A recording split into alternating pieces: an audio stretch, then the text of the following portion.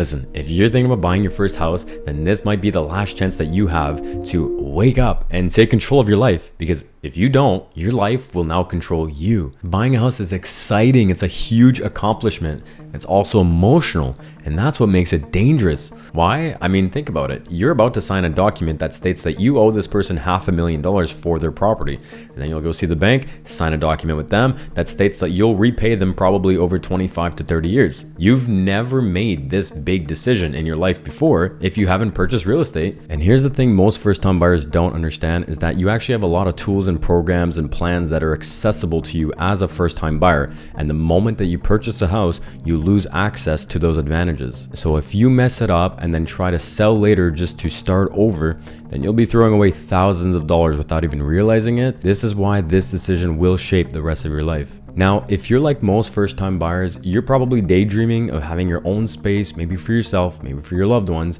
but most buyers don't actually understand what they're getting into. And that's okay, because nobody really teaches you this stuff. Not in schools, not from your parents, definitely not from the banks. And that's why in this video, I'm going to walk you through it step by step in plain English so that you don't get lost or get taken advantage of. But first, why should you listen to me? Well, for starters, I'm a realtor. And then before that, I was a financial advisor at a bank specializing in mortgages.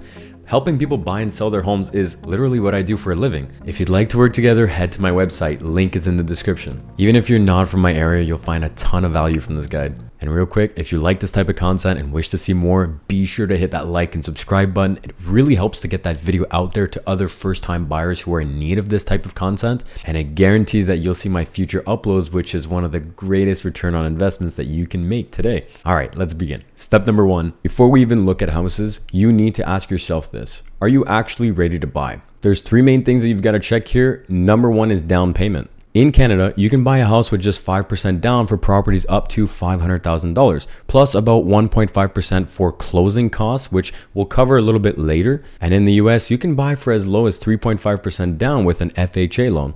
Work backwards with the amount that you currently have saved up to give you a ballpark idea of your price range. For example, if you've got $25,000 saved up, divide that by 6.5%. That's 5% down plus the 1.5% for closing costs. That puts you in the ballpark of about $385,000. As a first-time buyer in Canada, you have access to two big tools. Number one is the FHSA, the First Home Savings Account. Let's say you're a salaried employee making $70,000 a year. You're taxed based on your annual amount every single paycheck. But if you contributed the max amount for the year in your FHSA, which is $8,000, you're only taxed on $62,000. But you've already paid taxes based on $70,000 of income. The result is you'll receive a refund for the tax portion of this $8,000. It's free money. Use it. I mean, your investment grows tax-free, you withdraw tax-free, and once you buy a house, you no longer have access to the FHSA. Use it. Number two is the RRSP Home Buyers Plan. So contributions in the RRSP are tax deductible just like in the FHSA, except this is a loan that you're making to yourself. You can withdraw up to $60,000, but you have 15 years to pay it back to your RRSP. Both are great tools for first-time homebuyers, but if you had to start with one, I always recommend start with the FHSA. The reason is very simple. The moment you purchase a house, you lose access to opening or using an FHSA. Whereas the RRSP, you still have access, you can still contribute to the account. You just won't have access to the home buyer's plan, but that's fine. And in my opinion, the RRSP should be used as a vehicle for tax planning, not so much retirement planning, but that's a topic for another time. Now, the second thing we have to consider here is income. So it doesn't matter if you make 50K or 150K, the banks just want to see, is it consistent? And consistent for them usually means at least more than 2 years in the same job, or at least in the same industry, because people can change jobs for whatever reason. Now, if you're self-employed or paid on commission, it's a little bit trickier, but just make sure that you have 2 years of history of your income and expenses, as well as about 3 to 6 months of emergency fund on standby. You should be good. And if you're in the middle of a big career change or your contract is coming up soon, then it's probably not the best time to buy. And the third thing to consider here is your debt. So if you've got big credit cards, student loans, car loans, other personal loans, line of credit, then these numbers will all affect how much the bank will lend you. Do yourself a favor right now and gather the full list of all your debts, meaning the initial amount, the current amount, the payment, and then convert all your debt payments to monthly amounts so that we're comparing apples with apples. Always convert them to yearly and then divide by 12 for 12 months. Okay, so if your payment is currently weekly, do times 52 divided by 12. Same for biweekly, times 26 divided by 12. Now we're going to do a little calculation. So take the sum of your total monthly debt payments and divide that by your total monthly income. If the percentage is greater than 15%, you're going to have issues with your mortgage application. In that case, it may be beneficial to just focus on paying off debt before jumping into homeownership. If you're not clear on these three things, then you're not ready yet. And that's okay, because waiting until the right moment to buy for you is definitely better than rushing in and then feeling stuck later. All right, moving on to step 2 is understanding your budget. The banks might tell you that you can afford $500,000 and cool, all right, but you need to understand that that's just numbers. It's not actually based on your lifestyle at all. Do you like eating out? Do you travel? Do you have hobbies that cost money? Do you want to be able to breathe after every mortgage payment? See, the banks don't actually care if you're living paycheck to paycheck as long as you can pay them back. That's all they're looking for. So what you should do right now is start tracking your spending. That way when the mortgage payments come in, you're not blindsided. Create a budget, break down how much you're spending each month on food, groceries, car expenses, debt payments, insurance, entertainment, subscriptions, clothing, gym, and other memberships. And don't forget about your savings like travel, education, retirement, other big purchases. Once you've got all that figured out, you'll see very quickly how much is left over for housing. And this is where you'll have to be very honest with yourself. If the bank says that you can afford $500,000, but you'll see that, after doing the math, it makes a lot more sense to stay around 400K than go with the lower number, because buying a house should improve your life, not make you feel trapped. All right, next up, step number 3 is get pre-approved for a mortgage.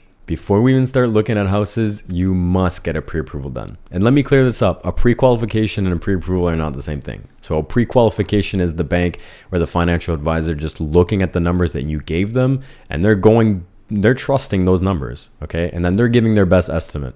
A pre-approval is them verifying your credit, verifying your income, and giving you an accurate response. Obviously, that's the one you want. And then when you're ready to make an offer, that pre-approval shows the sellers that you're a serious buyer and might even give you an edge in a multiple offer scenario. Not getting a pre-approval can cost you your dream home. So if you're thinking about buying, go get this done ASAP. And let me explain. Let's say you found the house that you love and you're ready to place an offer and you were not pre-approved. Okay.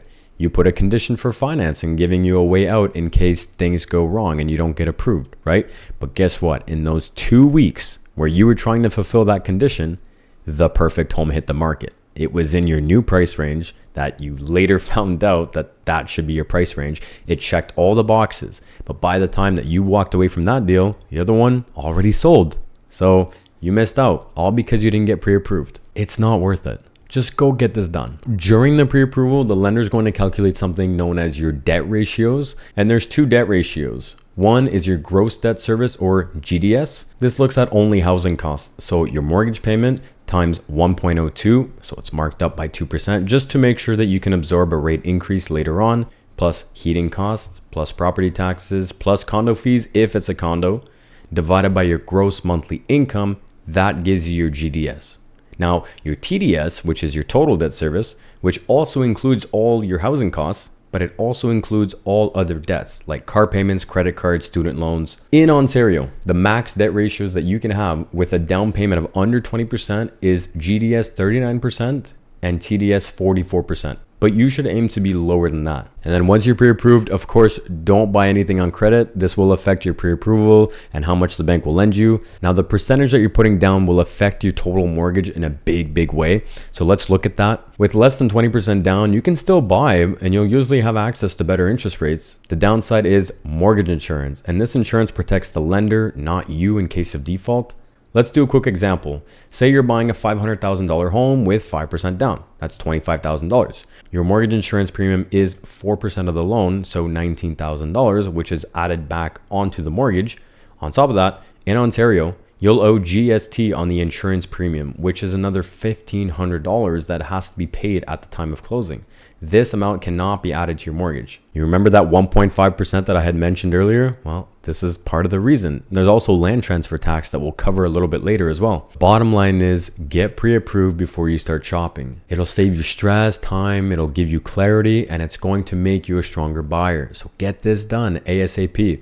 Moving on to step number 4, and that is choosing the right realtor. Here's the thing, realtors have access to tools that the general public does not have access to. We can also find properties that are not listed on public websites, schedule showings for you, and then put you in contact with our list of trusted professionals such as mortgage brokers, lawyers, inspectors, you name it. And here's the part that most first-time buyers don't realize. You don't pay your agent's commission. The seller does at closing. That means that you get a professional working by your side, protecting your best interest for you, all for free. It's a no-brainer, right? But let's be clear, not all realtors are made the same, and they're not just there to schedule showings, show you around, and close a deal. They have a legal obligation to protect your best interests. If they keep pushing houses above your price range towards you, or they're hard to reach, or you feel like you're being rushed, then these are all red flags. So just keep looking. You want someone who will listen to you. You're the buyer, who will communicate with you and explain the why behind the advice that they're giving you. For me, the first thing that I do when I speak with new clients is figure out what is most important to them. We'll go over their goals, their timeline, their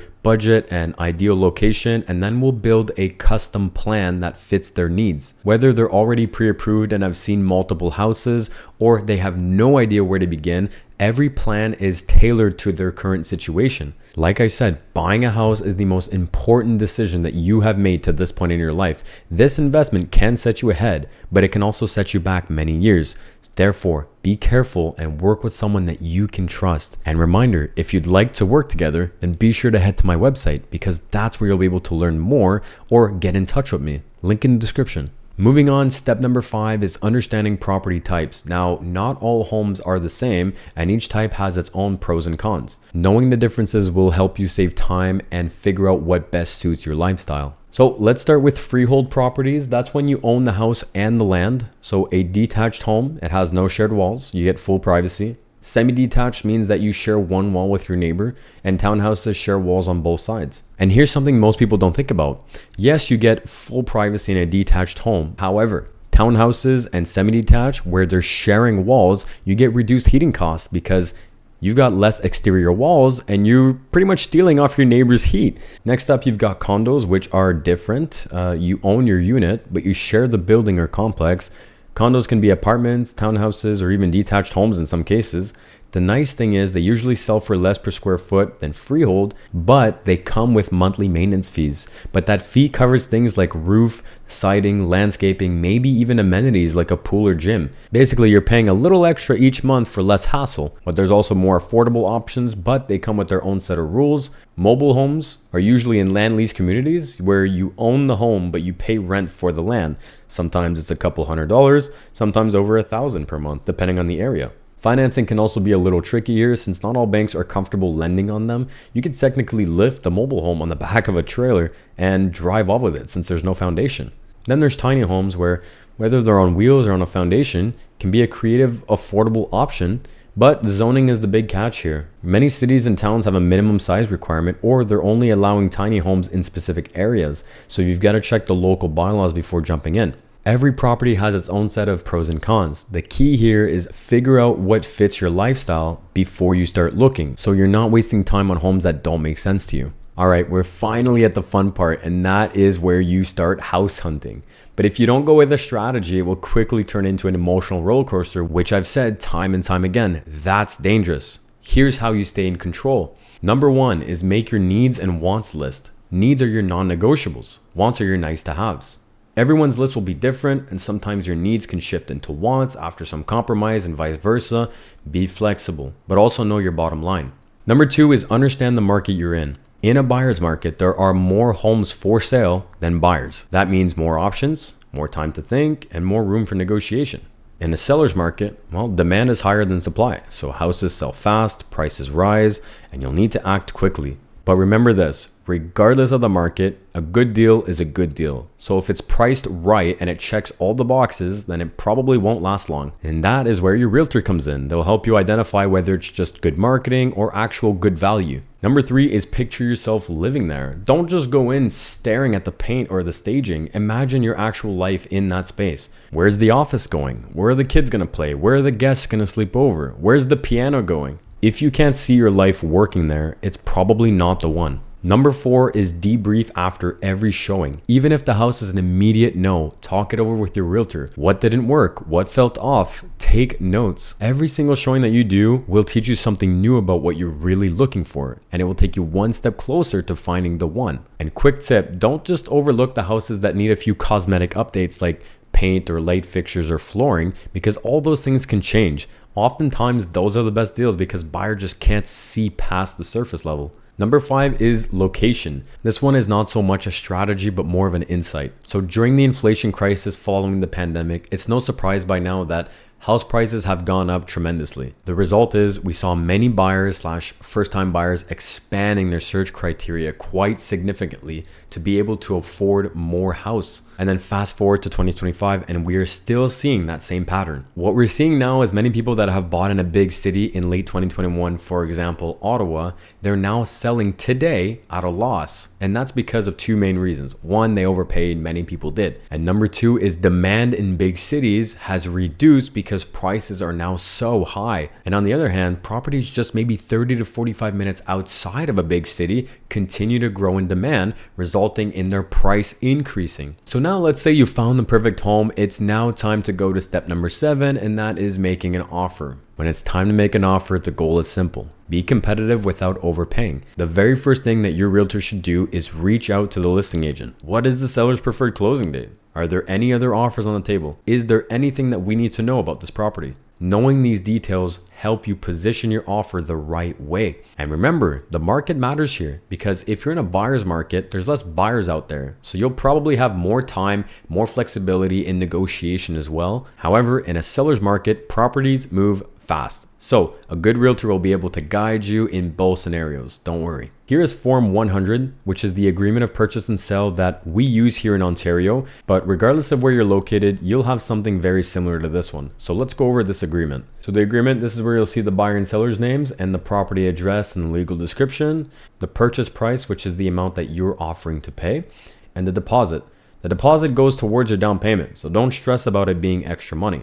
And then right here we have irrevocability, which means this is how long the other party has to respond before the offer expires. So we're calling the clock on them. This is a very powerful tool. And the completion date is the day that you officially take ownership. Next important section is chattels included. Chattels are all types of movable property. So all appliances are considered chattels. So if you want the appliances included in your offer, you have to put them here. Fixtures excluded. These are things that are fixed to the home, such as a light fixture, door handles. If the seller plans on taking any of these items, then they have to be written here. If they're not written here, then they are deemed to be yours at closing. So if they're not there at the time of closing, you have this agreement that shows that they were supposed to be there because they weren't written here. Next up, we have rental items. So if you have any sort of rental items such as a hot water tank, furnace, or AC, this is where that information goes. HST in Canada for residential real estate, HST is only applicable to new builds. So there's no HST on the resale of residential properties, which is great.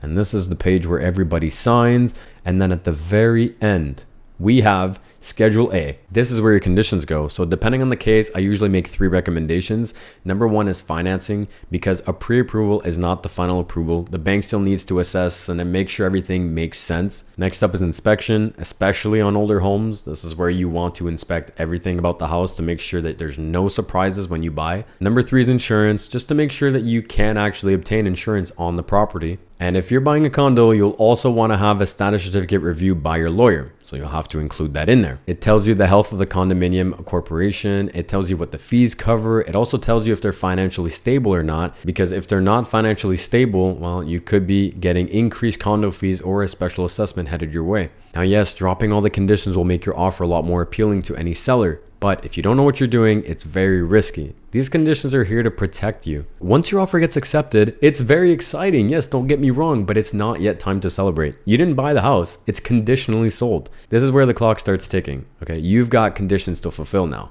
So that brings us to step number 8. Now that your offer is accepted, it's time to work through those conditions. So financing. You'll bring your accepted offer to the lender along with any extra documents that they ask for, like property tax info. In many cases, they'll order an appraisal to confirm that the home is actually worth what you've agreed to pay for it. Hopefully you got pre-approved first, because this will make this process much faster. Inspection is where you'll find out what's really going on with the house, the good, the bad, the ugly. And don't be discouraged, because every home has something, even new builds. The key is to know the difference between a small fix and a major problem. If repairs are needed, you can use that to negotiate with the seller. Sometimes they'll handle the repairs. Sometimes you'll get money off the purchase price, or sometimes you'll meet somewhere in the middle, something that satisfies both parties. Insurance, well, you'll need to make sure that you can get insurance on the property prior to closing, especially if you're financing, the banks require it. If you run out of time before the conditions are fulfilled, the offer becomes null and void. You get your deposit back, and that's it, the deal is off the table. Unless you ask for an extension where the seller also accepted. So that's why it's important to act quickly here. The good news is you're not alone here. Your realtor has a list of trusted professionals in their network. So if you ever need any referrals, like a mortgage broker, an inspector, a lawyer, just let them know what you need and they'll point you in the right direction. Once the conditions are fulfilled, the deal becomes firm. So you will sign a notice of fulfillment, and that shows that you've fulfilled your conditions. The deal is now firm. So again, don't celebrate until closing date, because anything can happen. But the next thing to do here is step number 9, and that is your final walkthrough. This step is simple, but it's very important. First off, make sure it's actually written in your contract that you have the permission to do a final walkthrough just a few days before closing, or else you won't have the opportunity to do it. Right before closing, you'll have the option to do a final walkthrough, and the purpose is very simple. It's to make sure that is the house still in the same condition at the time of the offer? And if any repairs were needed, this is where you'll see, are those repairs being taken care of? And here's a bonus tip. During the final walkthrough, start planning the move. Like during the move, you're probably gonna have a moving team or your family coming to help you. You don't wanna have to move everything twice. So just make sure that you plan the move out so everything is as smooth as possible. Step number 10 is the final step. This is the home stretch, okay? Bear with me, this is the final part of home buying. Step number 10 is closing. This is where you'll meet with your lawyer, and they're going to tell you to bring X amount in the form of bank draft for your down payment, your closing costs, your land transfer tax, and any other adjustments on closing. In Ontario, first-time buyers don't pay land transfer tax on homes up to $368,000. Beyond that, you can quickly check online the exact amount with a calculator. Your lawyer might also recommend title insurance, which protects you with any problems with the legal ownership of your property. For example, imagine you buy this property and then you find out that there's unpaid liens from the previous owner, or somebody comes over and claims that they own part of your land. So without title insurance, those battles and costs associated fall on you. But with title insurance, you're covered. And the best part is it's usually just a few $100 up front, and it covers you the entire time that you own the property. Once all the documents are signed and then closing date arrives, your lawyer will transfer the funds, update the ownership, and it's official. That's when you finally get the keys, and that is when you move in and you finally bust open that bottle of champagne and celebrate because you just bought a house. Buying a home can be super stressful and emotional roller coaster, but it doesn't have to be. If you just follow these steps, you'll be way ahead of everyone else. Remember, the goal is not just to buy a house. The goal is to buy the right house for you at the right moment without drowning in stress and debt. If you found this video helpful, be sure to hit that like and subscribe button so that more people can see it. And with that being said, I wish you all the best on your home buying journey.